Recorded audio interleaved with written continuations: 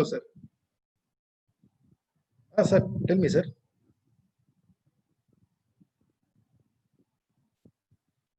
Yeah, sir, I just resent it, sir. Just now I sent it.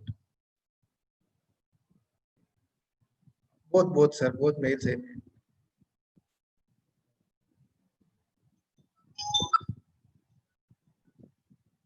sir.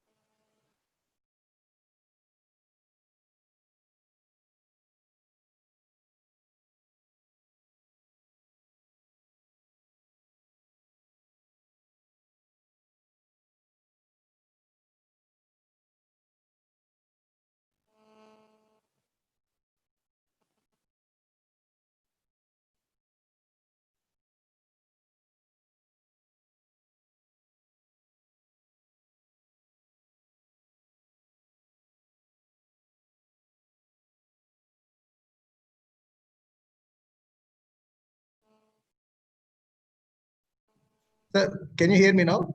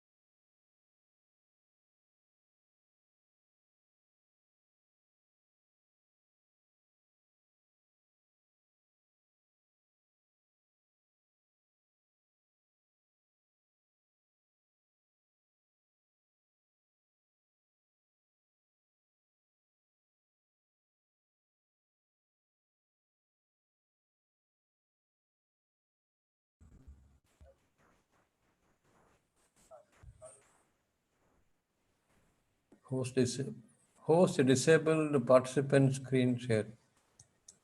What is? Wi-Fi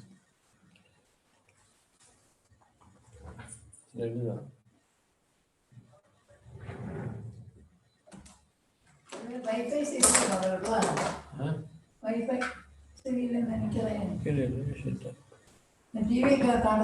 technical problem. Your phone, please. You பண்ண நான் காரியம் பண்ணிடல நீ இப்ப நான் எப்படி பண்ண முடியாது நீங்க பண்ணல அதுக்கு coming I can not through the system I'm hearing more system okay now let me open the files and see okay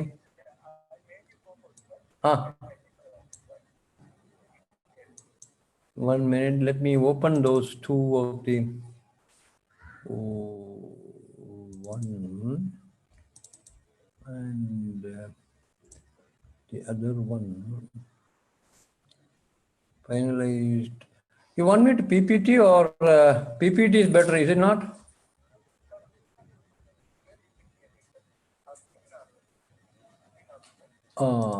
Let me see that PPT will open and see if it is having a problem then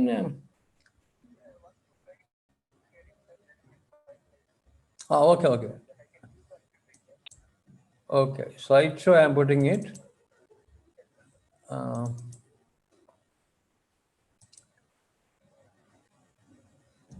slideshow I am putting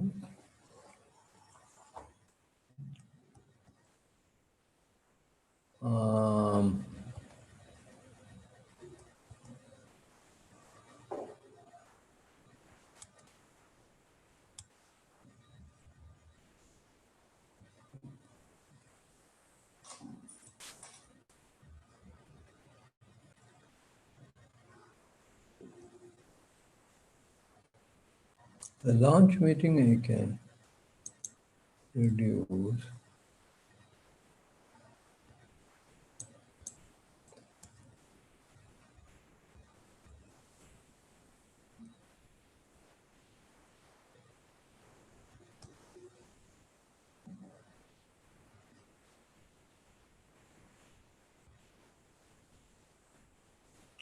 Sarath? No, I want to talk through the system.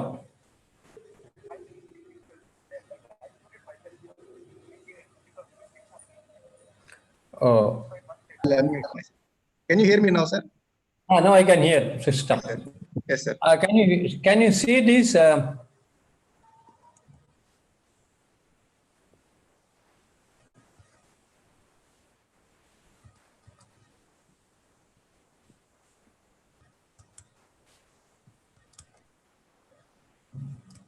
But the other dialog box where you can, I'm not able to get those things.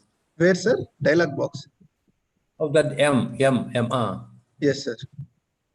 This I will make it full screen. And Srija, somebody is there. No, already. That's fine. Can you share, sir? Share screen. I'm just putting that. That's what I'm searching for. Yes, it's here. Down, sir. Green mark. I know. Share with. Can you see? I think loading, sir. Yeah, sir. Fine. Okay, that's one. Yes, so sir. if you want to switch off, switch between some other screen. Yes, sir. Can you see this now? No. New share. I had to do that. New share, sir. Yes, correct. New share. You are able to see this now? Yes, sir. I can see. MKB. Yes, sir. MKB. Yeah. Okay. Yes, sir. So again, new share. If I go, I should do this one. Yes, sir. And now I'll share this one, sir, to participants. See waiting room. I don't want a waiting room. Your screen sharing. Fine. That's sharing. Waiting room, I'll take care. The pause share. What is it? Pause share. temporarily pause it. I Sir, don't. There is a next one to pause share. pause share Pause. means that particular pausing means that particular time we can't see. Pausing, just pause. Okay, then that's. I don't want any such things. Okay. Yeah, sir. Fine, sir. Then I'll share the YouTube link to participants. See waiting room. I think it is clear. Yeah, it is fine, sir. It is fine.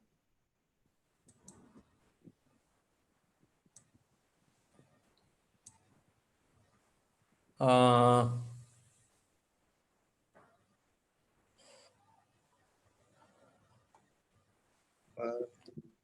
is it changing? The slide is changing?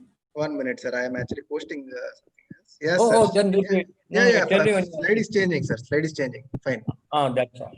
Yes, sir. That's all. I will avoid writing Yes, as far sir. as possible. If I want, I will use the other OneNote for writing. Okay.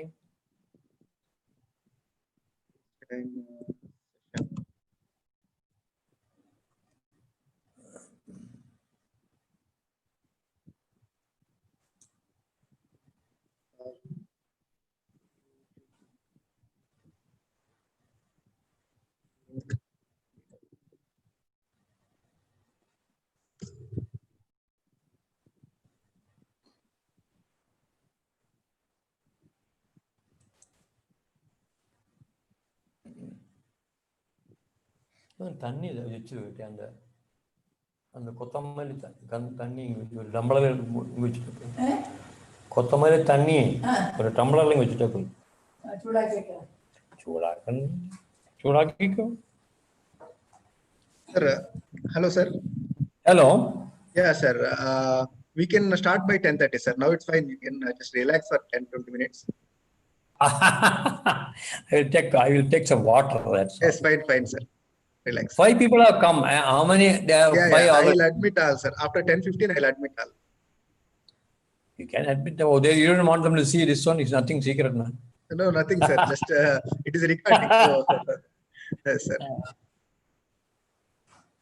You have a copy of this one with you. Am I right? Sir, pardon me, sir. Copy of this presentation you have Yeah, it already will be got. there. Yes, sir. It is recorded in YouTube, and we are having the copy also. Zoom copy. Also. Then wherever, suppose by some chance the power goes and then comes after 2-3 minutes, pause there itself. Fine, fine, sir. Fine. Because I had to restart the whole thing, you know. Yes, yes, correct, correct. I'll do it, sir. That's. Let it be on as it is. Yeah, sir. Let it be, sir. This is beyond.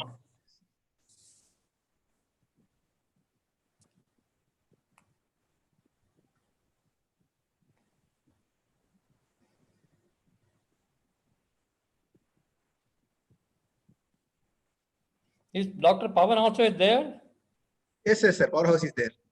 Okay. So wish him a good morning to him. Yes, sir.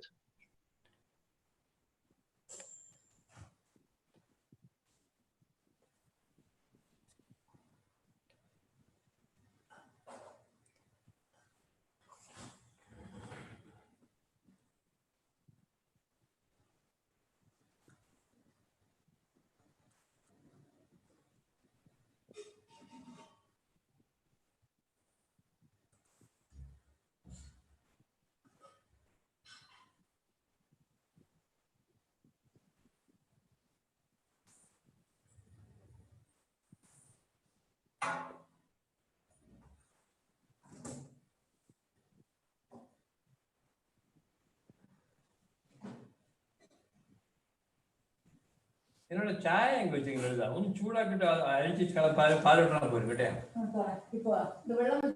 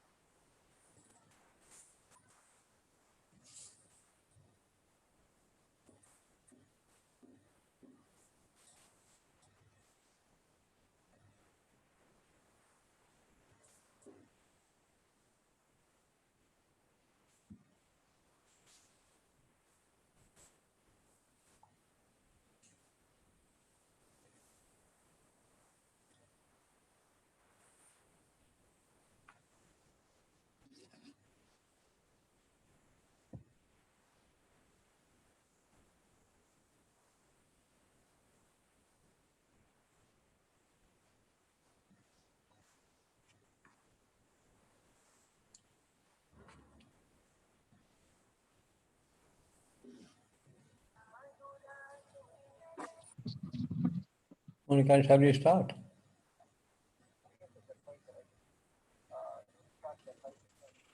Oh, no problem. I'm ready. Just I'm asking that, sir. You tell me when we have to start. You just talk mainly for introduction, and then I will be.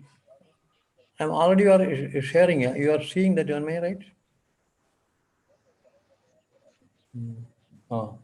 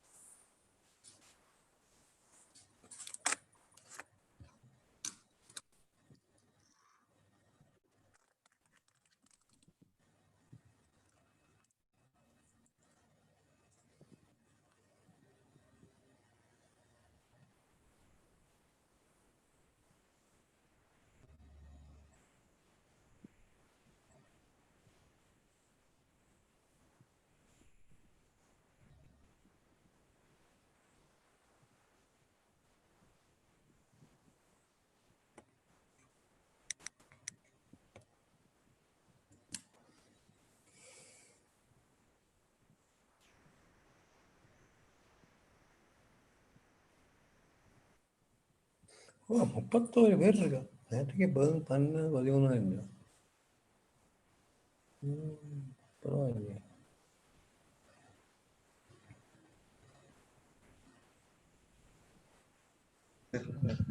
minutes కూర్చోండి actually వీళ్ళు ఇక్కడ ఎవరైనా వస్తే admit చేయాలి sir ఇక్కడ ఎవరైనా వస్తుంటారు start చేస్తాను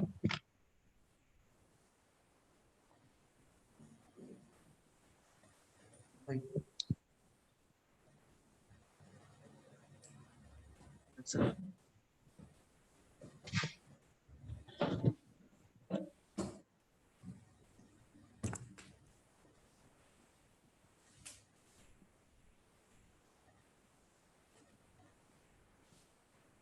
Very good morning to all the participants present here. I take a privilege to welcome you all for this 1 week international FDP on control theory and application.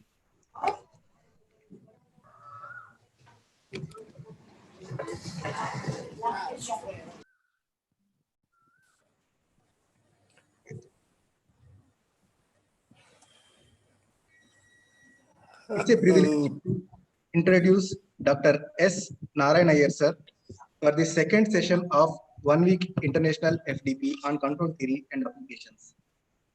Dr. Narayan Iyer sir was born in 2nd July 1942. He is passionate in teaching and most of the fundamental subjects like electrical circuits, signals and systems, control systems, digital signal processing, and engineering mathematics. He completed BSc, BE, MSc, and PhD. He has 6 years of industrial experience in companies like NDDB and Amul Dairy. He has 42 years of teaching experience. He served as a professor in NIT Durgapur and Dean R&D at Saint College of Engineering, Kottayam, Director and Dean of NMAMIT, NITE, and visiting professor at BMS IT, Bangalore. He has several publications and attended many conferences. He wrote a couple of books like Digital Control Systems, Signals and Systems under C-Gauge Publications. Book in process is Control System and Circuit Analysis. He has many technical papers in IEEE transaction of Francis, ASE, International Journal of Applied Engineering Research, etc. He worked he chaired national and international conferences, conducted several short-term courses for teaching in engineering, conducted several faculty development programs for engineering colleges for teachers, on core subjects like electrical, electronics, and been a member of doctoral committee for several research students. He is a reviewer of IEEE CAS and reviewer for technical book publications of PMH IK Internationals. With this short introduction, I welcome you, sir, for this 1 week international FDP on control theory and applications. Thank you very much, dear Sarath. I welcome all the participants. Are you able to hear me? Yes, yes, sir. We can hear you. You can Thank you. Without seeing them, without interacting personally, we are the first time taking similar courses due to the pandemics and whatnot.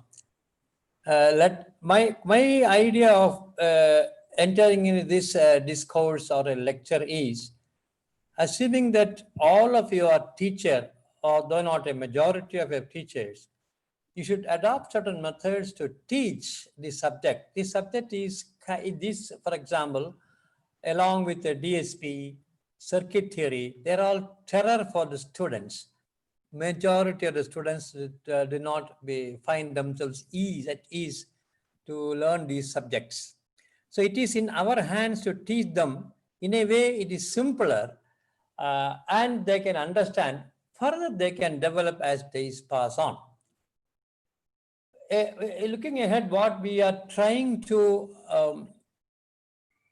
look into are conventional control theory and performance characteristics. I won't be able to complete the whole lot of the syllabus, but major items I will cover will be the system description as an ODE. ODE stands for the very common terminology we use is a ordinary differential equation of dynamical systems.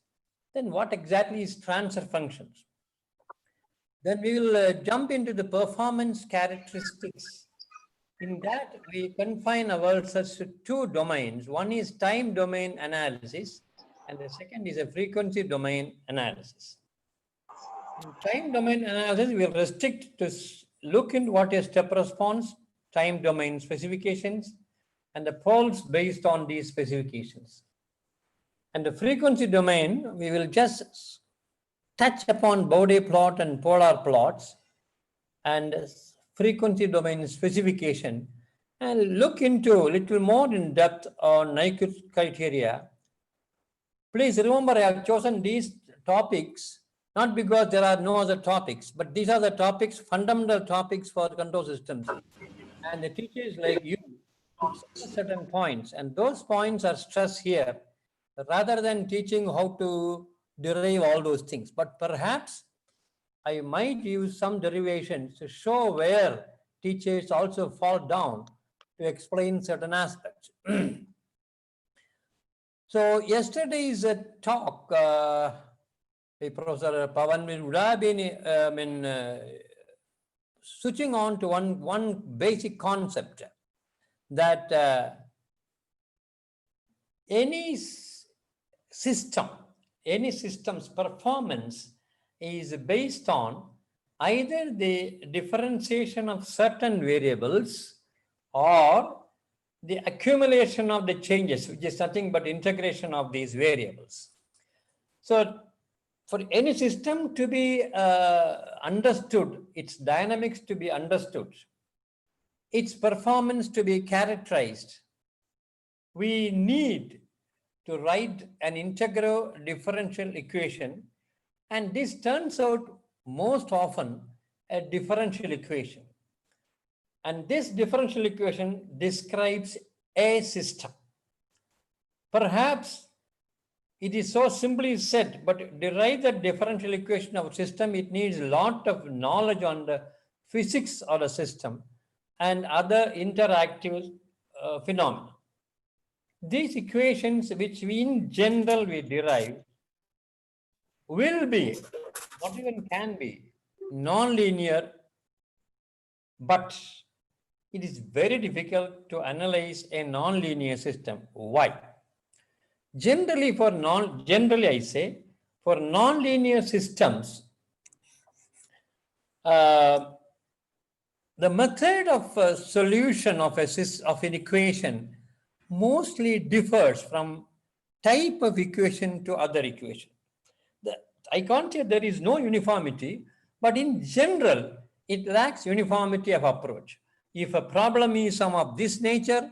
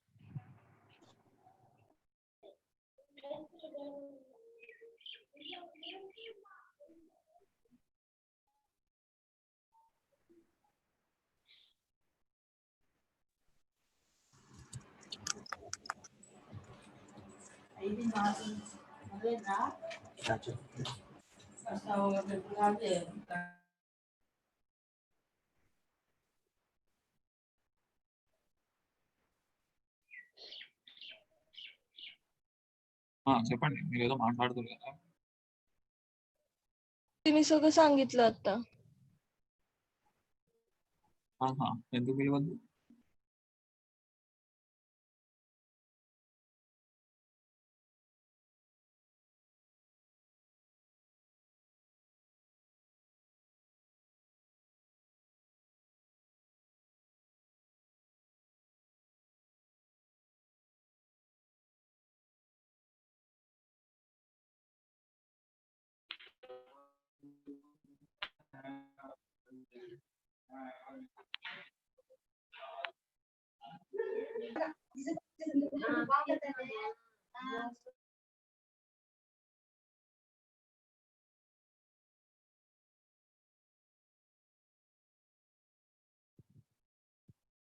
Dear participants, there is small technical issue. We'll resume the session in 2 minutes.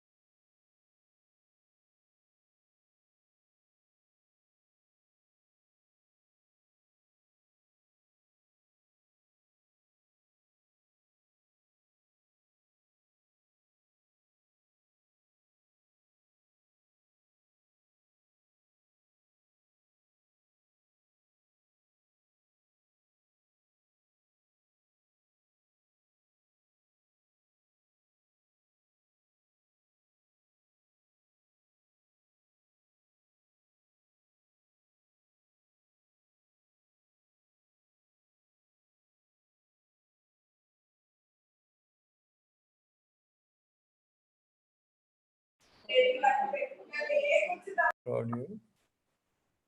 No, it is share. Already shared or not there. Host disabled participant screen sharing. Okay. Okay.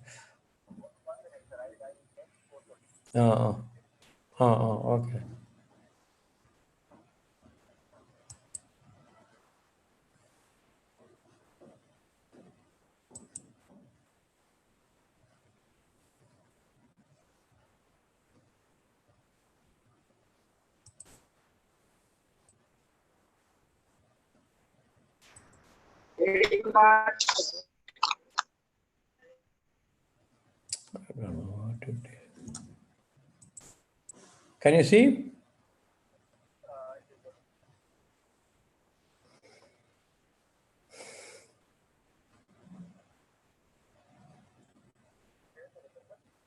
Share the window.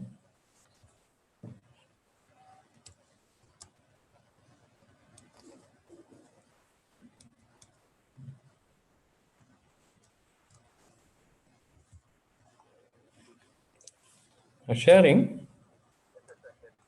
You are sharing. Can you see? I don't know where Zoom is. Some other picture is coming about Abdul Mukhi, something.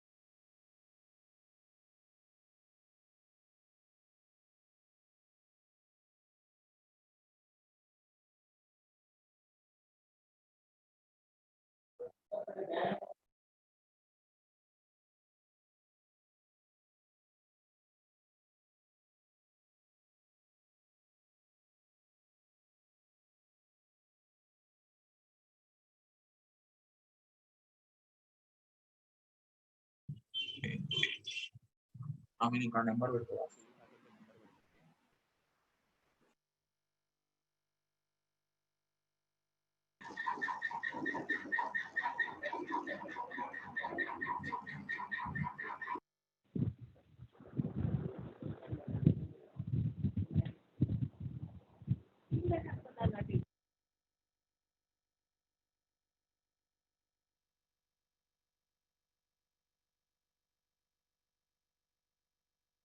Huh?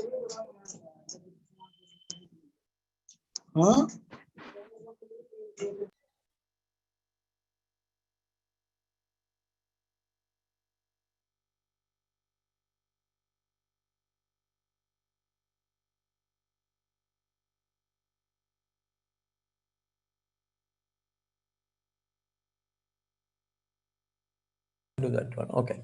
Hello, participants. So, can you hear? Yes, Sir? sir. We can hear you, sir. Please Oh, continue. fine. Thank you for it, because there's a lot of disturbance this way, that way. So we were discussing that any system can be represented by integral differential equation, and in general, systems are nonlinear. In general, in fact, I can say universally there is no linear system. All are nonlinear systems only. But it is very difficult, as I said, to analyze nonlinear equations. Each type of equation will have a different approach. Yesterday, you could have heard a professor talking on the phase plane techniques. That is one way of analyzing certain nonlinear systems. But even then also, you have to approximate. So the word approximation is a boon for us. So by approximating a nonlinear system into a linear one, it is easy for us to analyze it. There is a Occam's razor criteria, we call generally, which tells you that if a thing can be understood with less complication, more simpler one, that's a better way of understanding than with so many parameters which are yet to be understood. So based on that, we switch on to the analysis of linear systems. And with that, when I say linear, I want to introduce one more thing, that when we say linear, we mean that the system, this is very important, this you must stress when you teach the students. The linear system has dumped parameter. That means even if you take a resistor, the resistance is as if at one definite point, not throughout. No, it's not distributed. Like your overhead lines, whose impedances are distributed. We don't want that. We assume that the parameters are dumped into one spot. So, and a system is time invariant. It behaves at 9 o'clock or 10 o'clock or any other time the same way. So when a function of t behaves in a way, it should behave same way as one function of t plus 10 or t minus 10, both of these, left or right. Based on that, we go into the basic equations of a linear system. This I will quickly go through. We have a differential. We have a differential equation, an d power n by dt power n c, etc., plus a naught c equal to bm d power of m by dt power m b naught r. Remember, the way of writing the equation will vary from book to book. People may write an associated with a dn by dtn. Some books use, mostly British books use, a naught associated with the dn by dtn. Their argument is the index and the indices, they sum up to n. This is one way of putting out. For we won't go much with this notation. We will take to begin with an dnc by dt n, an minus 1 d to the n minus 1 by dt to n minus 1 c, etc. Equal to similar way on the right hand side. Let me tell you one thing. On the left hand side, what we have is the characteristics of the system. These, that is a differentiation of first order, second order, third order, etc., coming out based upon the system. On the right hand side, what is the forcing function that makes system work? They have how is their rate of change behaving? How is the rate of change behaving? That's what is reflected on the right-hand side. So we call this right-hand side as a numerator dynamics. We'll come to that.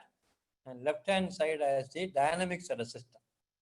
This equation can refer to the dynamical behavior, and R denotes, strictly speaking, for a mathematician, he will like to have C of t and R of t, but that will become long write-up, so we have cut short the writing. The C stands for C of t. And one important thing that we should remember here is, when we see the input, this you can note down. In fact, this is the place where control system diverges us with power systems or any other thing. The input refers here, not the input to a system. This you must understand. Suppose you want to regulate a fan, that is control a fan's speed. The input is not the power input which we give. That is not the input here. What is the input which we mean here for controlling the fan speed is the regulator, that the amount by which you turn the regulator knob. So the input here may be an angle by which the knob is turned. It is not the power. Not the power, AC power which you give. Therefore, this is where students do mistakes in deriving equations of DC motor control, etc. We will come to that with the input is the controlling input, not the power input to system. Input is for the fan, the regulator of the fan which we have in your house, is the angle by which the knob is turned rather than the power. It is not the power, it is a knob angle in this example. Now, to obtain the output to any general input, the equation which we saw some back, any input R, you get the output C of C. And we have interest in knowing what is the output for certain types of inputs. We'll come to the types shortly. The general input we call is step, ramp, and harmonic. We'll come to that shortly. We use Laplace transform techniques to solve this ODE. ODE means, again, ordinary differential equation. Note this point with zero initial condition. With zero initial condition. That means system is relaxed. If it is not relaxed, the methods are all different, something else we have to look into. So you should stress in the teaching that it is zero initial condition from which we start. That is, system is initially relaxed. Based on that, take Laplace transform, we get this a n s power of n, where this s power of n was the place where d power n of dt power n of c was there. So this c becomes the c of s here, and this is a simple equation, and cs is a function of s, rs is a function of s of the input function. This we express in terms of a rational polynomial. For a control engineer, rational polynomial is this. Polynomial in one mth power divided by another polynomial of n power n. And these coefficients a is an minus 1, etc., etc., bm minus 1, and b naught, they are all constants. So this will be something like 3s square plus 4s plus 9 divided by s cube plus 18s square plus 17s plus 14. Something like that. The form of this C by R. This is called a system transfer function. The system is the one which you saw in the previous ODE, that this is a system which, this is a system into which the,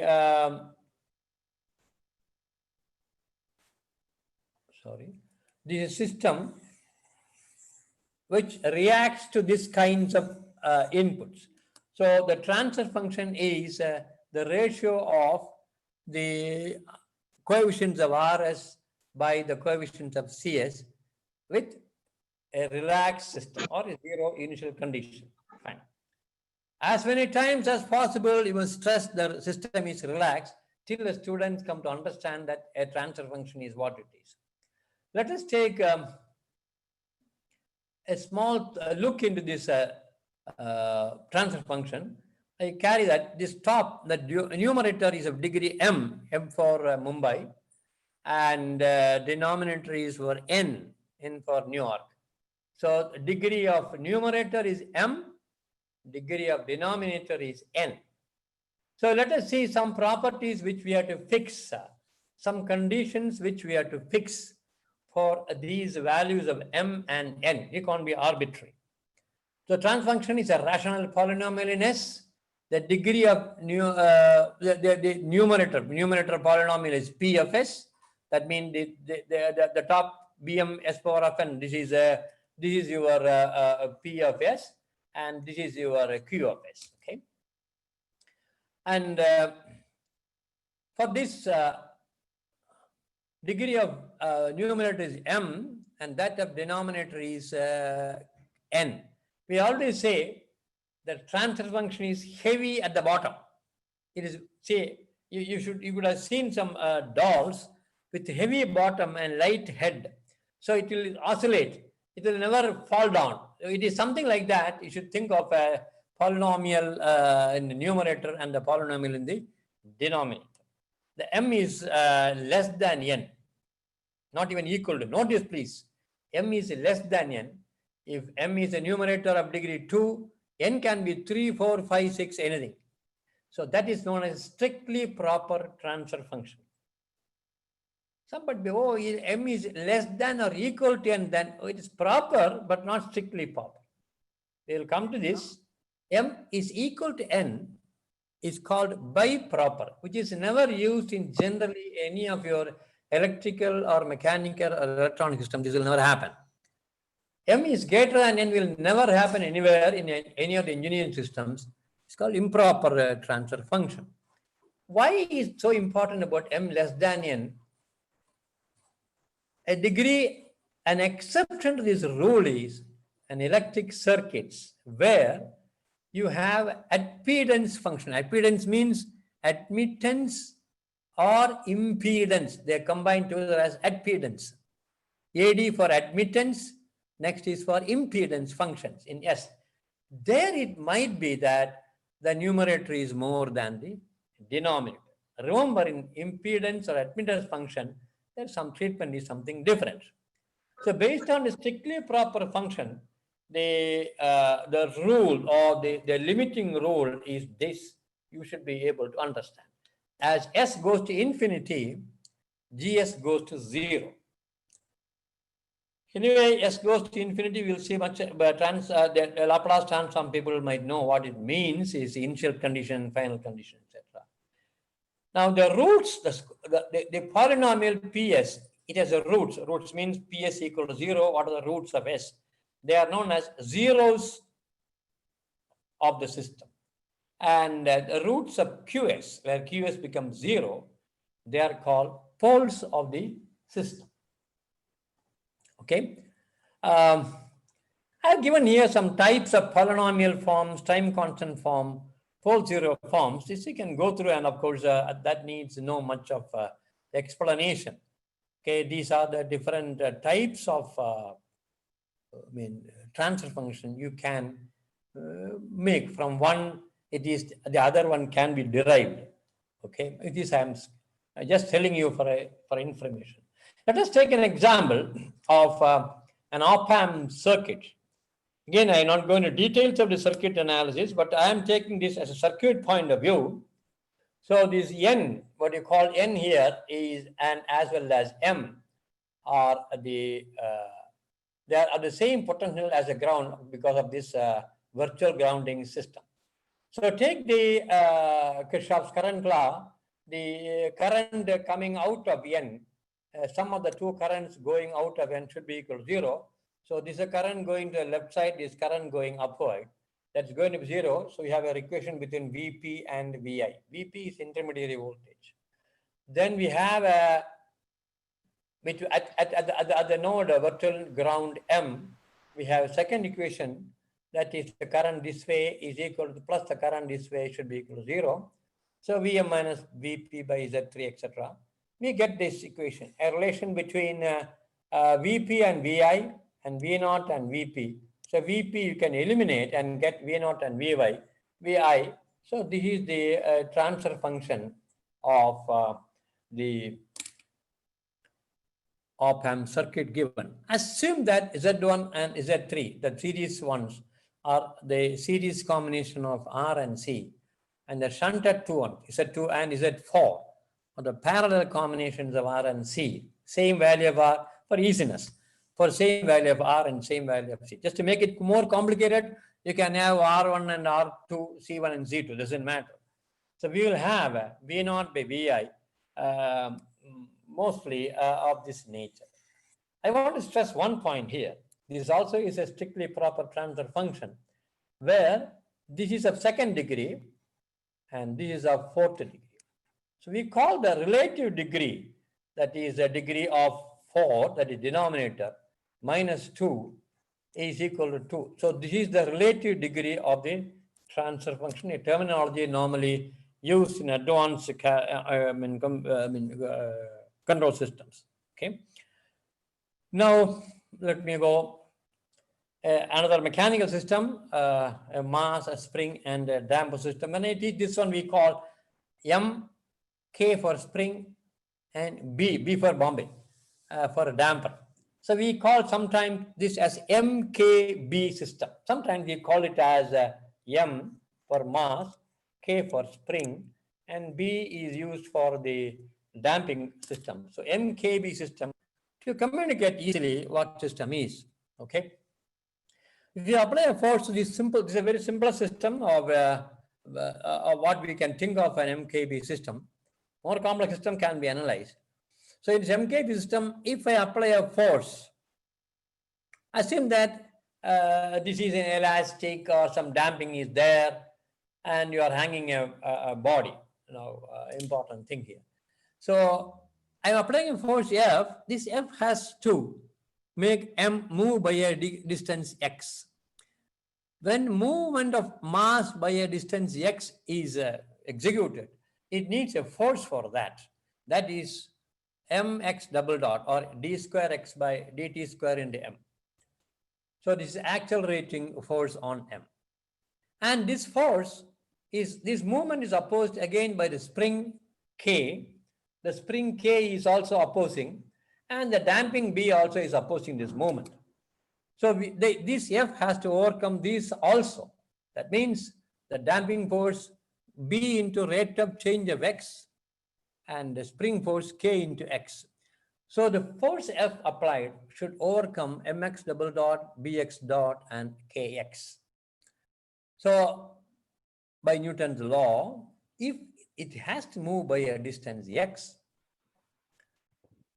Ft must be equal to mx double dot plus bx dot plus kx, which when applied with the Laplace transform with 0 initial condition gives me this as the transfer function.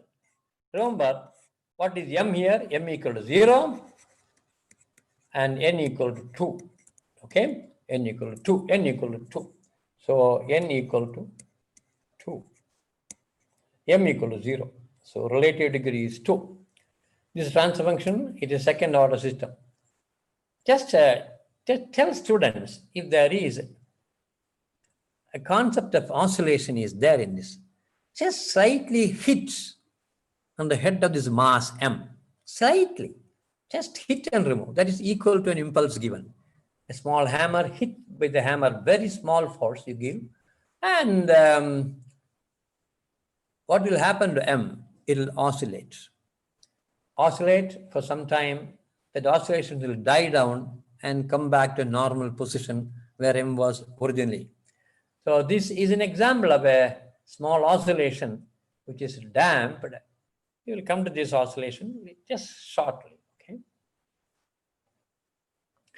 Now,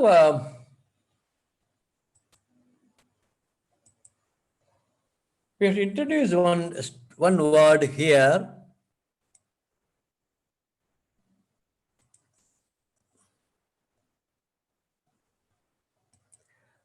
Okay.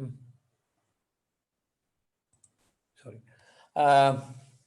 Before we go into that, it is not enough if you explain the dynamical equation of a system alone. It is not just an equation and just giving a force and obtaining your response. It is a control system where what we have given, does it yield the required result? As teachers, all of you know that we nowadays, AICT has introduced a scheme called feedback. Whether you like the feedback or not, it is there. The feedback is meant to make any amendment to your improvements. Sometimes some teachers are very slow, some are very fast. So we'll come to that slow and fast very shortly. So the feedback tells you the output. Look, the output which is now obtained is not what I want. Go back to the example of the fan regulator. You turn the knob, you see the speed of the fan. No, it's not sufficient. So you increase that input, or it is too much of speed, decrease that turning.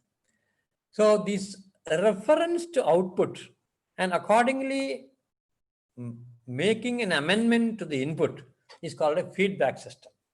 There are many definitions of feedback systems. Each book in his own English fancy do that. But a closed loop system, that means the loop is closed. But what do you mean by loop is closed? Yes, what I give, I know what is coming out. Otherwise, what will happen? You just throw out things, and whether it hits the target or not, we don't know. That's open loop. Closed loop means there is a report back.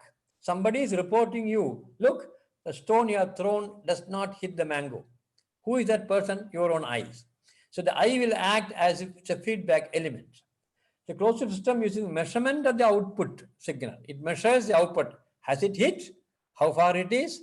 Is it too up, too down? Suppose you are throwing mango, stones to mango, rather. Whether it has hit the mango or not. Has the stone gone very high or very low, or did not go even that zone? All these things you'll see with your eyes. Your eyes are measuring the output and comparing with what you want. What you want is definitely, I know I want to hit the mango. And therefrom generate an error signal. Look, last time you threw too fast, so it went away. So make it a little shorter. Okay, angle was not sufficient by which you threw the stone. Adjust the angle. So these are the error signals which tells you how to actuate the controllers or compensators. There are few terminologies which you use in the control kingdom of control. These are the things generally we use in your control system. Now let me give one more thing here. The plant is a word normally used. The system. Okay. The controller element is the one that which uses to control, in our case, the regulator or the fan regulator. It could be electronic regulator, like something like that. Feedback elements. You have seen with your eyes that stone did not hit the mango. And you tell your brain, look, it was too high or too short or too much ahead of it. So these are feedback elements. They sense and they send a signal called feedback signal.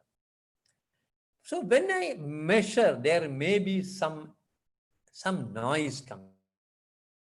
What do you mean by noise? The noise of your measurements. Your measurement may not be right. Suppose you are looking in the same direction of the stone going. So you may not know the differences. So some error may be there. Some noise may come in.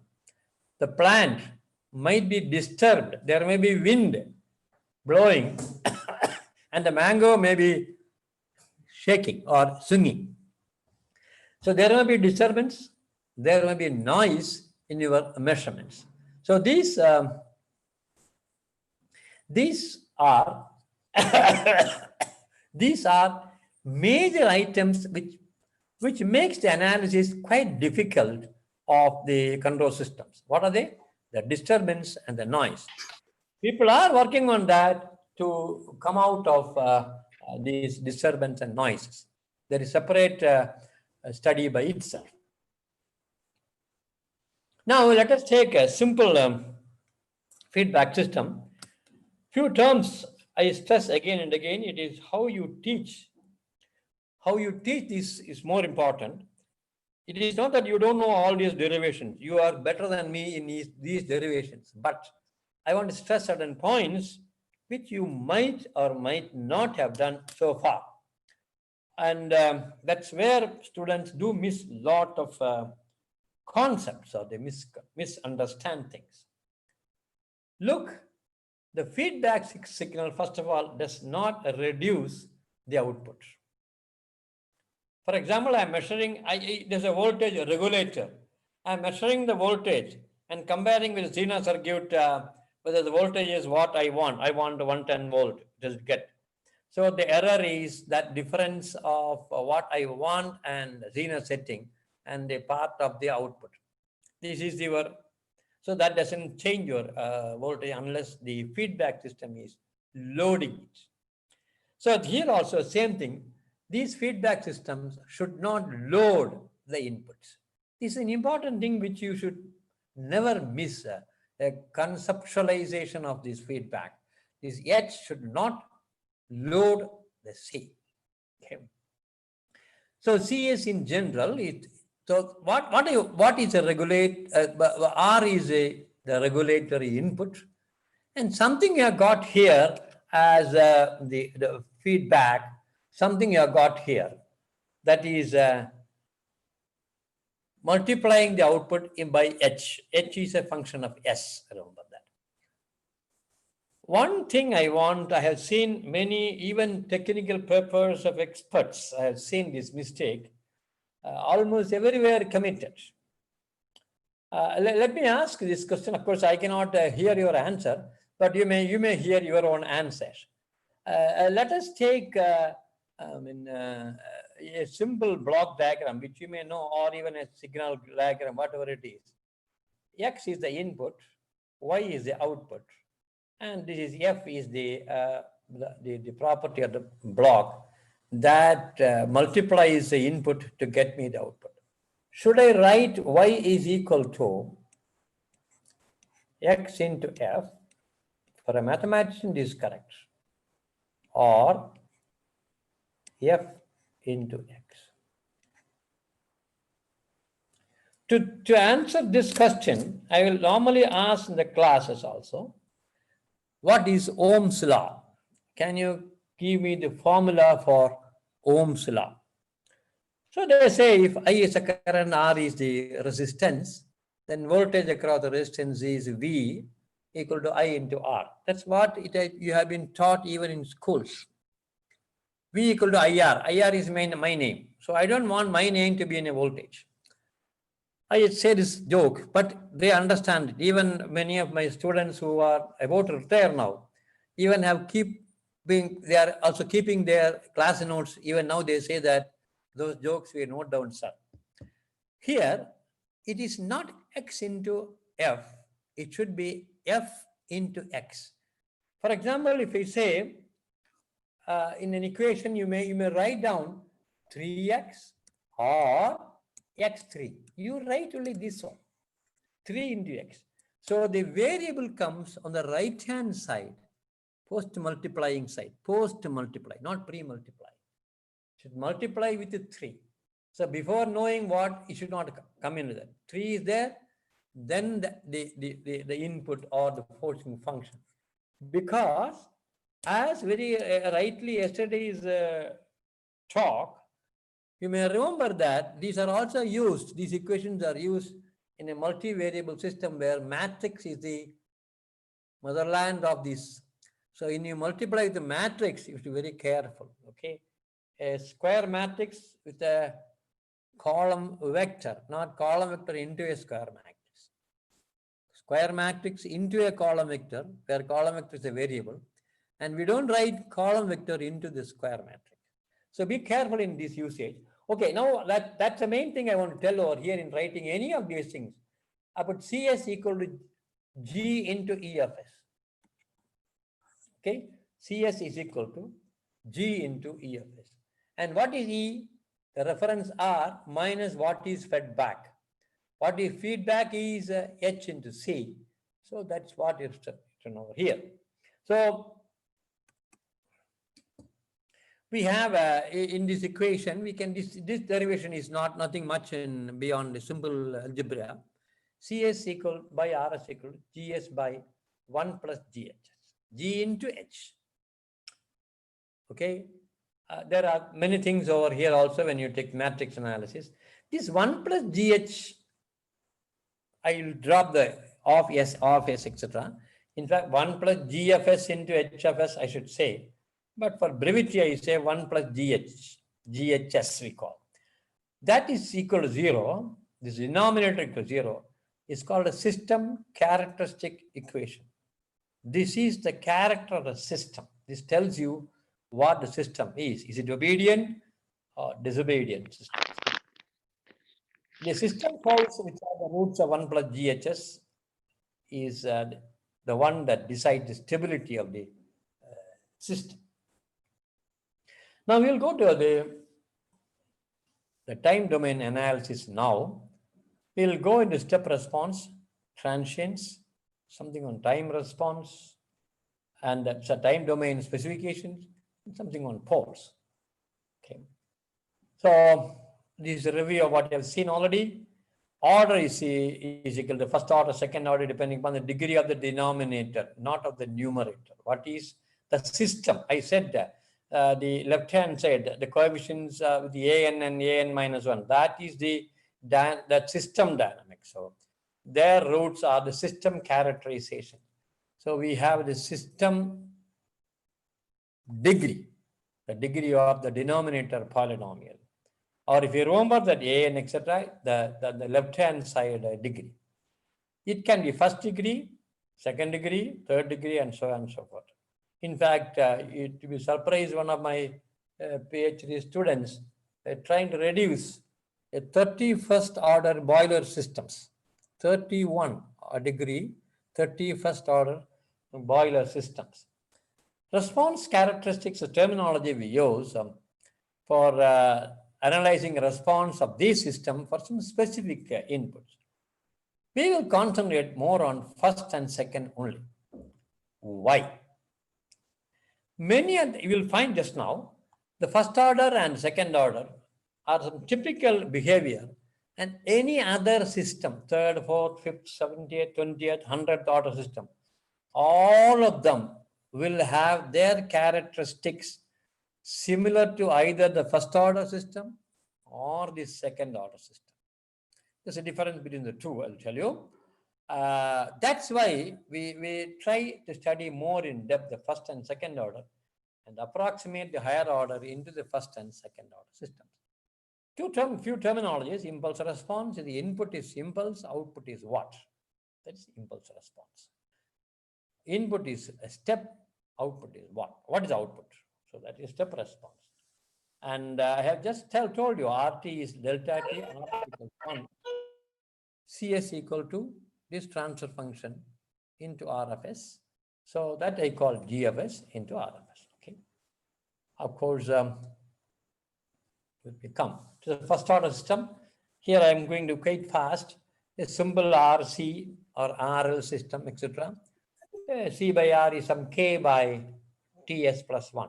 K could be 3, T could be 0.5, something like that. C of T equal to K into 1 minus e power of minus T by 2. And for various times, T equal to 0, T equal to capital T, and T is tending towards infinity. What is C of T?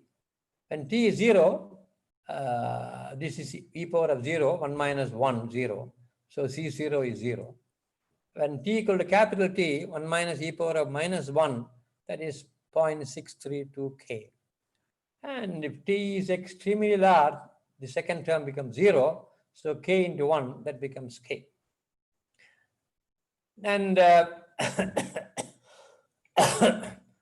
put, for example, in this equation, CS by RL, S equal to 0, you have got k by 1. That exactly is what you got here as the steady state value.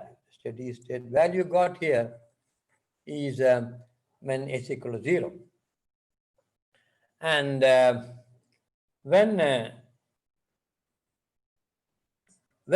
you sketch this one, you have you look at this. There's a smooth graph coming from 0, going towards a steady point level after a very long time. So this value is k. That is steady state value. So this is the typical nature of any first order system. Biological, chemical, engine, mechanical, electrical, any first order system which the coefficients positive, t is positive, 1 is positive. They're all having same nature. This is an very, very quite critical thing we should remember. So if you find any response to a step means this is a step, any response of any system of this nature, any system has a response as time goes, the output goes something like this. I don't bother about here, leave this point. This goes like this. Then you can approximate that to a first order system. Approximate, I said. How good? That's all depending upon. Okay. Now, some examples of first order systems are given here. I would prefer you to derive these equations here. Instead of x being the moment of m, the mass, rate of change of x, that is v, velocity is taken as the variable. So this v is nothing but x dot. But we want you to try to derive these equations as I have shown over here, just to make you quite comfortable with your first order system. Okay. Now let us go to the most important second order system. Second order system is a very, very, very critical, and no control system. Yes. No control system book would like to miss this part. They will dedicate their whole life in analyzing the second order system. Hello? Okay. Let us say, is it okay? Did you? Okay. Hello. The second order system has a generic transfer function. We call generic means a generally used of this type. This looks a little difficult, but it is not difficult. It has been made conveniently usable. So we have a C by R transfer function, omega n square, okay? This omega n square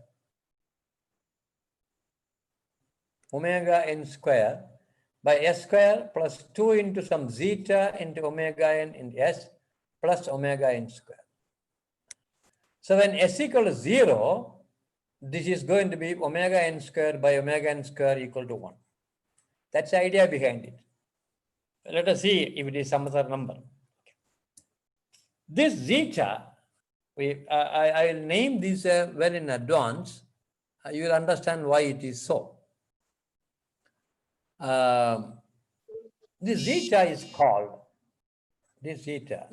called the damping factor, damping coefficient, or simply a damping function, factor. I would request the teacher to write zeta something like this.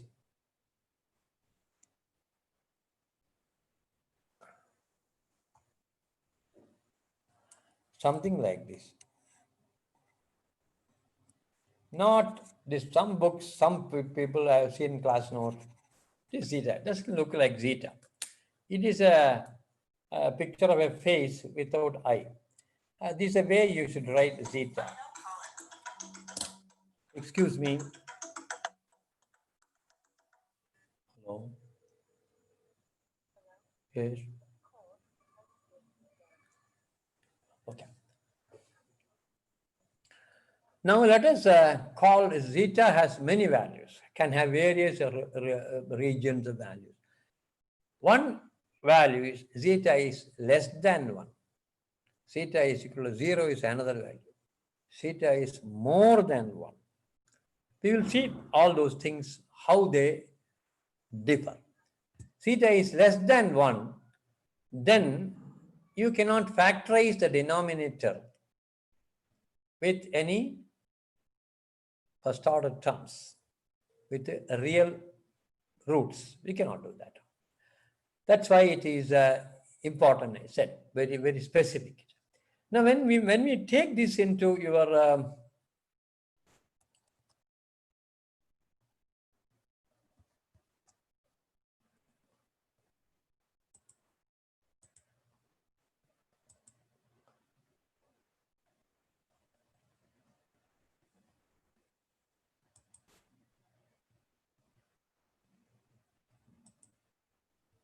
yes.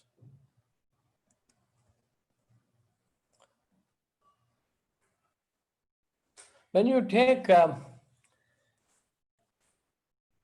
the derivation, you should carefully split.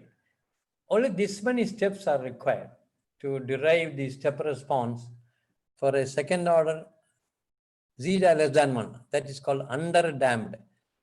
I have seen in some notes, some students that undamped they write. They don't, this underdamped, this DR they miss.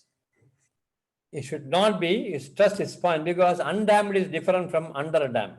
Okay. C is equal to the GS into 1 by S, the step input. Partial fractions, put S equal to 0, the coefficients will be equal to 1, so 1 by S minus denominator is S square plus something, adjust the numerator so that it is equal to omega n square. And this S square plus 2 times into something in it, yes, I can write it as S plus zeta omega n whole square. So this, if you take the first 2 terms alone, you can take it as S plus zeta omega n whole square. Yes, S square plus 2 zeta omega ns plus zeta square omega n square. That's a missing term. Subtract that, zeta square omega n square plus omega n square. And that becomes omega n square into 1 minus zeta square, which I call as omega d square. This is a very typical term called a damped frequency, damped oscillatory frequency, omega d. Now the rest is only simple making of S plus 2 zeta omega n s, S plus zeta omega n and zeta omega n s. So this way and this way you split. This is something like S square plus A square, and here it is A by S square plus A square. And this is something like S by S square plus A square. S by S square plus A square is cos AT. A by S square plus A square is sin AT. So we have this one as cos omega dt and zeta by this one into sin omega by. Multiply this, take out this root of 1 minus zeta square outside. This has come from this ratio, okay, omega d by omega. If you take out this becomes something into cos, something into sin. See this triangle here. This is a very, very effective triangle for understanding the second order system. The effective triangle, I say. Zeta omega n, see the roots of these are minus zeta omega n plus or minus j omega d will be the roots because zeta is less than 1. So this becomes zeta omega n minus and the plus minus, only one I have shown. The other one will be down below. So minus zeta omega n and omega d, if you take a triangle comprising these two as a side elements consisting of 90 degrees, then this angle is called psi angle or the damping angle we call. Cos of this is omega zeta omega n by omega d, nothing but zeta itself. So we call this as damping angle. So we get the output is 1 minus some constant in e power of minus eta omega nt in the sine of something you get. So that is what it is. Look at this once again. It has got a decaying term e power of minus, so 1 minus, suppose this, you forget the sine omega d term. You have 1 minus something into e power of minus eta t, minus at something. So 1 minus e power of minus t is of nature, the drawing will be of this nature, okay. Minus e power of minus at will be something like this. Is something like a first order system. But this multiplied by sine omega t. So the sine omega t will introduce some oscillations here. So we will have a plot or a sketch of this one. Will be something like, you can see this, something like this. It is something like this, okay? And something like this, all the two red together. So we have got the response of the second order under damped system. Few terminologies are noteworthy here. The first time it goes up, maximum shoot, comes down, then later on it settles down. You take, for example, a moving iron ammeter, if you have got old type of, not digital meter, moving iron ammeter if you have got, or any meter where it has got a needle to read. If you have the moving iron ammeter, suppose the current it has to read is 1 ampere. It won't straight away go to 1 ampere. It will go beyond 1 ampere, maybe 1.2. Then it may go to 0.93. Then it may go to 1.1. Then 0.97, and so on and so forth. It settles down to 2. Moving iron. Moving coil, if you see, will straight away slowly go, and that will go to, this is something like a first order. This is something like a second order. So the first time it goes to maximum, that is M peak. That is why in ammeters there will be a small stud at the maximum point with a red line there. So the pointer should not go beyond that. If it hits, the pointer will break that. So the first peak and the time at which the first peak occurs. We'll come back to this definition. So we have the first peak here.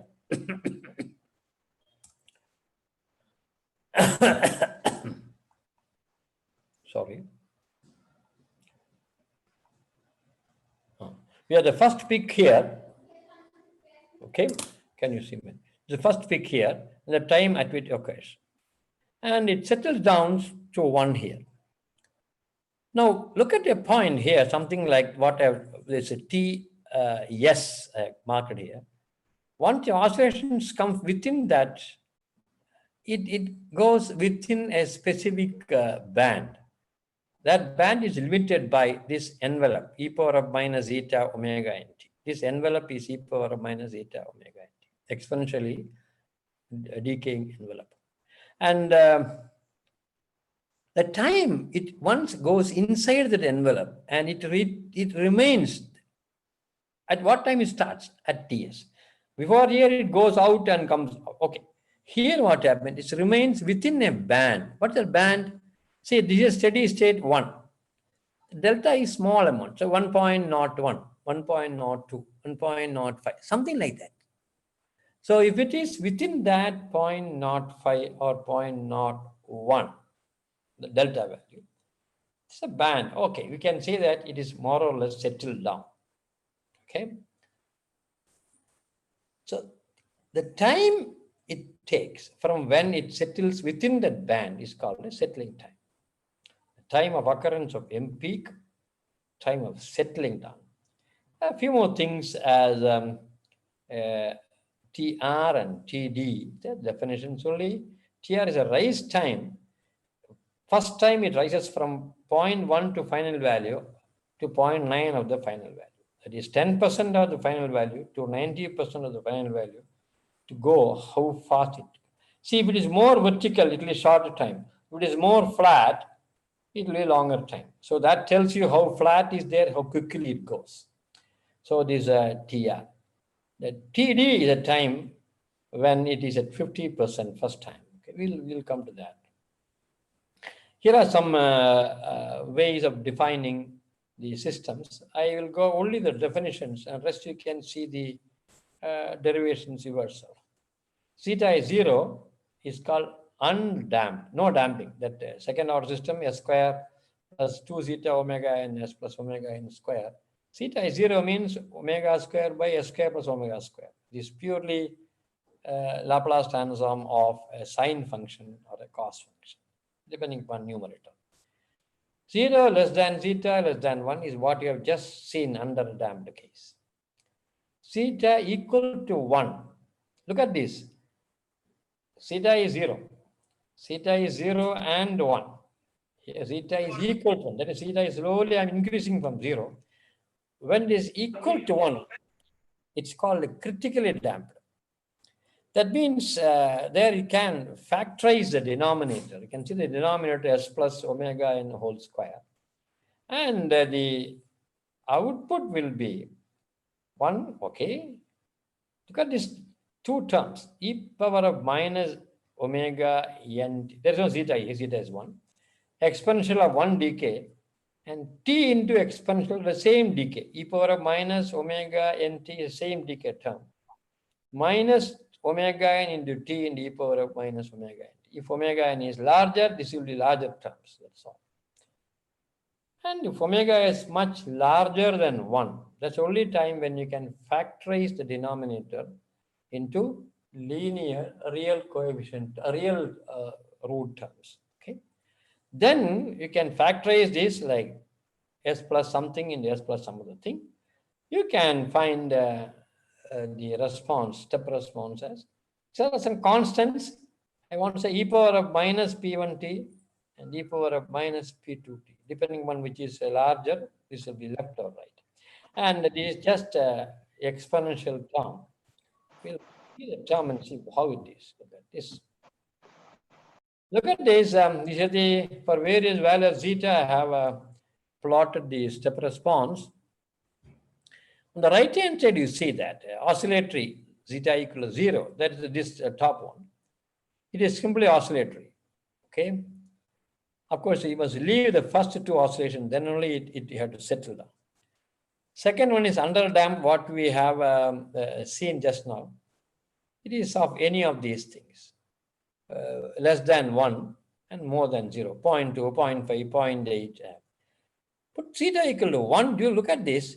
Zeta equal to 1 precisely looks like a first order.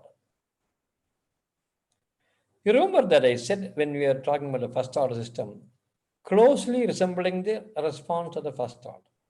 This is not a first order. This one is a second order system in which you have got two terms. When zeta equal to 1, you factorize the denominator as S plus omega n whole square.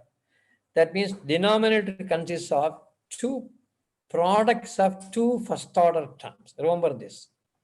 Product of two identical first order terms. This you must stress to the boys.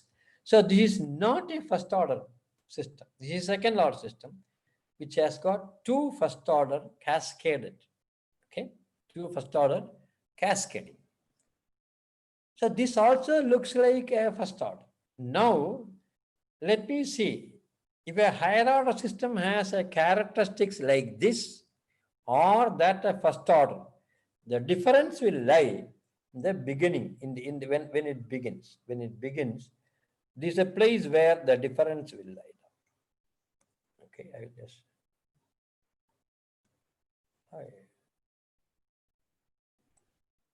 Okay.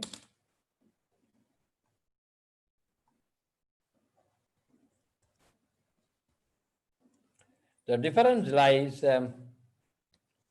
in the beginning, that is when t is closer to the 0 value. The rest are jumping like a first order. So if you have got a plot of this nature, that means the initial value is something straight like this, at a stage, but this shows that This is not the first order only, it's a product of first orders. Okay. So we have got e power of, if you take time response, e power of 3.732 into t. This is plus. So this will exponentially increase. It will never come down. It will never go like this. So this is unbounded. It goes unbounded. So that's why it's called unstable. We'll see that. Okay. And we will go to the specification which we can. Please attend carefully this specification. There are many more ways of specifying. I've given some typical examples. The peak overshoot. I want a system in which a peak overshoot should not be more than a specific value. So we say that steady value is, let us say, 100. Then the peak, first peak should not be more than 120. That means I don't expect a 20% peak to occur. Peak must be less than 20%. That's the meaning. So the percentage of peak is referred to by the control system engineers is based on the steady state value. So if in our example it is 1, so if I say that the M peak should not exceed 20%, so the maximum, first maximum should be 1.2. So this should be less than, we say. So this e power of minus pi zeta by root of 1 minus zeta square should be less than 1. So this, if I specify the peak, it specifies the zeta. That is the thing you should take to the students. If you specify the M peak, you are specifying zeta because this consists only of zeta. So what is the value for zeta, you must say? Remember, higher the zeta, lower will be the M peak. As zeta increases, the M peak will be lesser. That is a point you must note down. Okay, the time of peak is the next one. Now the peak I don't bother, but first peak should occur within 1 second, within 0.3 seconds, within 0.07 seconds, something like that. So the TP, the peak time, will be mentioned. If TP is mentioned, TP is the formula for TP, that is for definition, etc. Pi by omega d, that is pi by omega n into 1 minus zeta square. This is meant for zeta is less than 1, otherwise there is no peak. This also is stressing point. So this zeta is less than 1 is also a stressing point here. So TP, the peak should be within, the peak should occur within 5 seconds, within 2 seconds, within 0.7, something like that, you say that. That means the TP value cannot be fixing a omega n or zeta. Its combination is fixed. So in order to go for a design, you should have one more specification. Maybe peak. So peak will fix zeta. TP will fix zeta and omega or omega d. So solving these two, you may be able to get the value of zeta and omega. Settling time is another one. There are two settling times, 5% settling time and 2% settling time. What do you mean by that one? It should settle within 2% of the final value. If final value is 1, it should be within 1.2 to 0.98. The curve goes within that band, it should not go outside. So what's the first time it goes? 5%. 5% means 1.05 to 0.95, that band. So this 2%, lower the percentage, stricter is the specification.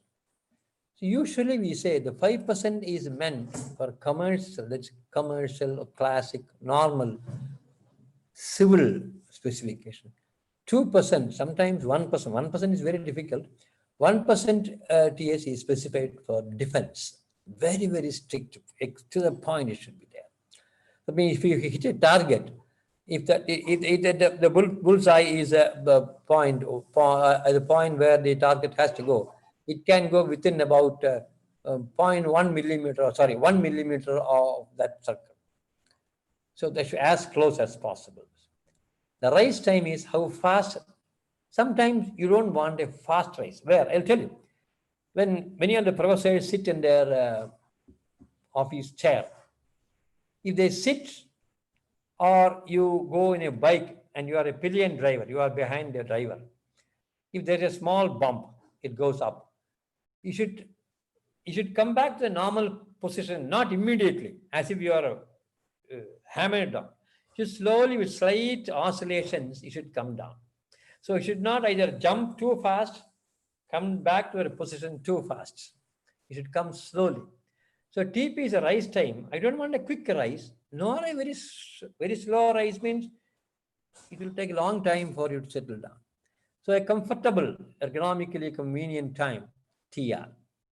This also specifies zeta and omega n. So for TR, TS, or TP, they will fix never by their own spirits. MP must also be specified so as to design a second order system or its controllers. Okay. I have given hardly some time. Can you wait? Overshoot is less than, there are some poles. Poles are the roots of S square to zeta omega ns plus omega n square. If overshoot MP is less than some value, overshoot should be less than this one. Overshoot less than means, you go back, you find that it is fixing zeta. Okay. So it should be less than or greater than. Zeta fixes the angle. I said that the triangle. So zeta fixes this angle. So your damping must be within this ray. Peak time should be less, TP must be less than some value. So it specifies, because TP is pi by omega d, pi by omega d TP. Therefore, TP, if I fix TP, must be less than some value. So it should be above, because 1 by omega d means lesser, means that value will be higher. So the poles must lie on the hatched lines above omega d over here. Settling time fixes zeta and omega n. So settling time should be less than something. Higher the settling time, the poles are far off. So this is where K by Tm is some value we are given. K can be 4 or 3 based upon the 2% or 5% settling. And the poles must lie left of this. So what I want to tell is, if I put 1 and 2 together, it should be in this ray, within this ray, complex poles, and it should be above this. That means it should be never anywhere here. The ray should be go over here. The ray can go something like this. The ray can be something like this.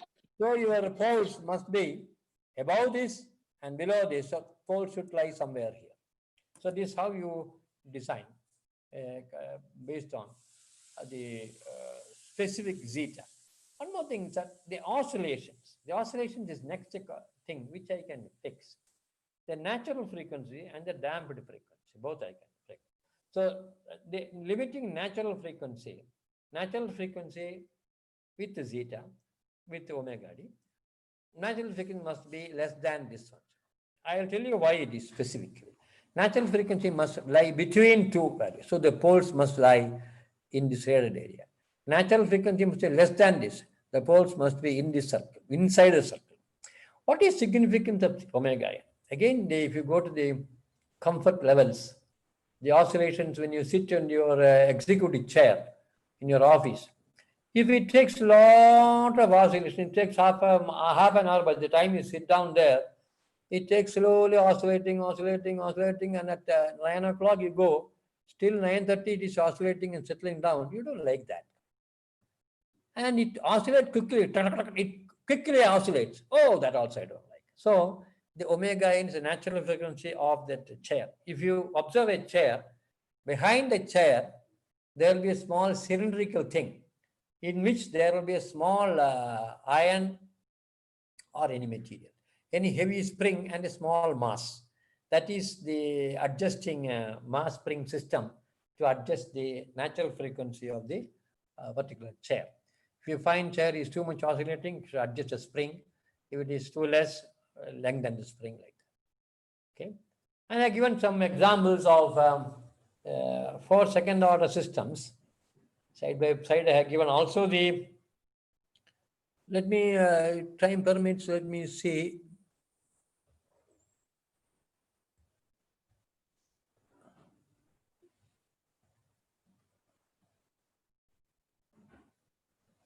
Let me see. There are two ways of studying the circuit. This could be a voltage source also, another problem. This could be a voltage source, then the current here. The current source, the current is same here, then the voltage here is a reference, what you want to do it. So VL we call, and this we call as V of C. You write equations corresponding to the VL and the VC. You'll have a second order equation. If this was not a current source, this is a current source, but if it is not, it's replaced by a voltage source, then your study will be on the current through the L and V across the capacitor. So they are known as state variables, etc., etc. Try these problems today so that when you come tomorrow, if you have got some doubts, if you have some time, we can discuss solutions. Here also I have given some forms of the time constant form, generic form. This is what I was telling you, generic form.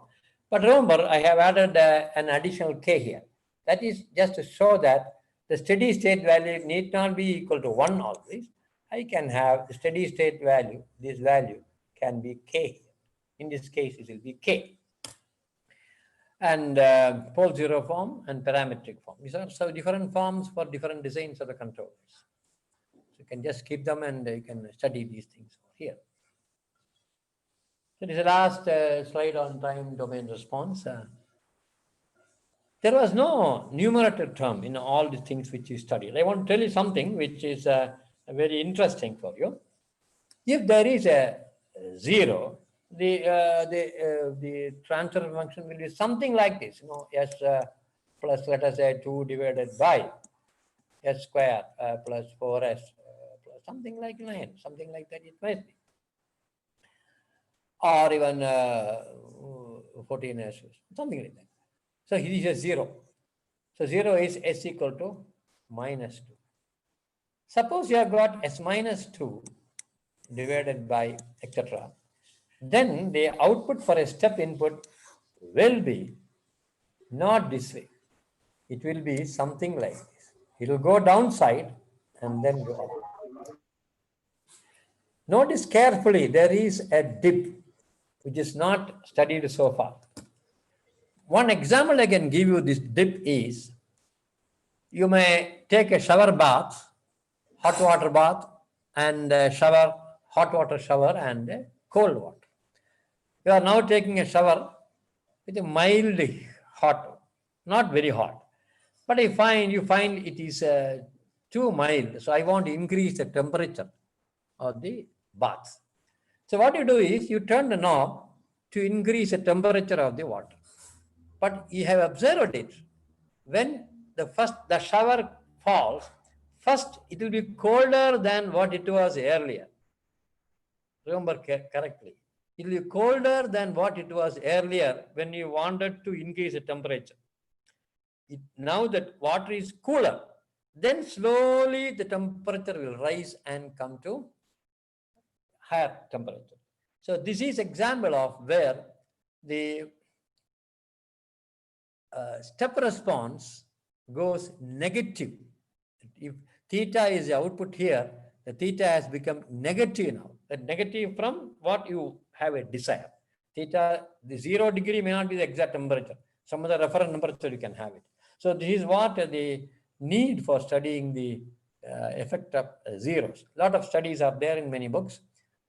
Third, fifth, and seventh, one thing, they will have at least one real pole. This is a mark to the students. This is an important thing. Any third, any odd degree terms will have definitely one real pole. It cannot escape. The real pole may be positive side or negative side. Now, step response of these stable system, 3, 5, 7, 9, all those systems, or even 4, 6, 8 system, all those things may be, listen carefully, without any overshoot. So similar to, I said, either a first order or an over-damped, critically damped second order. With a damped oscillation, like zeta is less than 1, so it is an under-damped system. Or a pure oscillations. So it could be pure oscillation, though the oscillation may be sum of many omega n's. So multi-frequency oscillations. So based upon these, you can say that they can be approximated to first order or a second order system. And in a system, the poles which are dominant means you should study this, which are more effective. If you remove them, if you change them, there's an abrupt change. See, for example, 1 by s plus 100 and 1 by s plus 101. Both will have e power of minus 100t or e power of minus 101t. Not much of a difference. If you take s by 1, 1 by s plus 1 and 1 by s plus 2, just add 1 there. What happens? The response is e power of minus 1t, that is e power of negative of 2t. So, there's a lot of difference. So, a disturbance in the closer poles affects very badly the response. So, they are dominant. How can we modify the controller based on required damping system? Steady state performance, error, etc. yet to be studied by you. That is not a coverage of the talk today. It is 12. I will wind up at this stage. Tomorrow we will see more on some frequency responses. Come prepared. You might have a handout. Prepare the handout well so that I can go faster, because a lot of things there you have to tell rather than work out. There are some working needed. So this calls off the day. Thank you very much for the patient hearing. And if you have any doubts, you can post those doubts today itself by email if you have any doubt today. Perhaps I may reply you directly by email itself. Okay. Thank you very much. Thank you, sir. It was a wonderful session. One of the participants is having a doubt on integrating process, sir. On Integrating process, double integrator process. integrating process. Yes. Okay. Tell. Okay, you have, okay, let him ask. No, he just posted the comment and Tell him one thing before we go for the integrating process or a differentiating process, both cases. There can never be an ideal integrating process nor an ideal differentiating process. Okay. Integration by itself is introducing instability. Because if you have got a system which is of type 1, let us say, it has got a 1 by s, the denominator. If you have integrator also introduced, the open loop will have one more s, that is 1 by s square. It is more on the unstable side. So what we do is, instead of that, you have a s plus something you take. So a real pole, a pole not at the origin, you introduce. So that of course, this has got its own effects, good and the bad and the ugly effects it has got. So similarly for a differentiator also, there cannot be a real differentiating controller, because if you have got a differentiating controller, any sinusoidal input will be differentiated, doesn't matter, but it will be multiplied by the frequency. So amplitude is unnecessarily going to be raised. So if negative or positive, it is going to K, or the loop system is going to highly change, which is going to be bad on the stability. So neither you have got a D or I kind of the controllers. They are generally replacing by S plus some small amount, an adjustable coefficient. How much we can adjust, that you have to see based upon the responses. Okay. I will see that posting clearly and then try to answer you. Anything else, Sarath? sir, thank you, sir.